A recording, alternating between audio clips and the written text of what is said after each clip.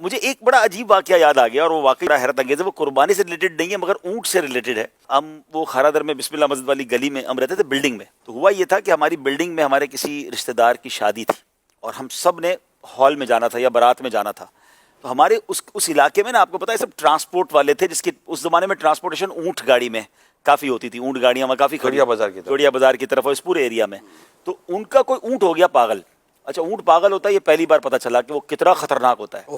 تو وہ اونٹ دوڑتا دوڑتا آ رہا تھا, اس کے پیچھے لوگ آئے اور ایگزیکٹلی اس بلڈنگ کے دروازے پر آ کر وہ لیٹ گیا. اور اب اس کو جناب انہوں نے اتنی کوشش کی اس اونٹ کو اٹھائے, وہ نہیں اٹھ سکا.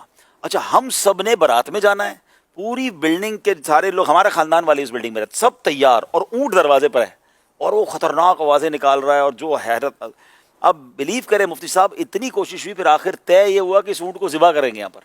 وہ اونٹ اسی دروازے پر ذبح ہوا اور ذبح ہونے کے بعد باقاعدہ بچوں کو نا اس طرح پارسل نہیں کرتے, لوگ کھڑے ہو گئے اور ایک ایک بچے کو اٹھا کر یعنی ادھر سے اس اونٹ کے اوپر سے گزار کر یہاں رکھا گیا. اور کس طرح باقی خواتین اور گھر کے افراد نکلے کیونکہ اس کو ابھی تو کاٹنے میں تو بہت ٹائم لگنا تھا. تو بہرحال اس طرح ہمارا یہ ٹرانسپورٹ ہوا اور ہم جو ہے وہ دعوت میں گئے. تو وہ جن کی شادی تھی ہم ان کو عرصے تک یاد دلاتے رہے تمہاری وہی شادی تھی کہ دروازے میں اونٹ ہی پاگل ہو گیا. اونٹ نے کہا کہ میں نے جو ہے وہ جانا نہیں ہے چھوڑ کے, یعنی بڑی پلاننگ تھی اس کی.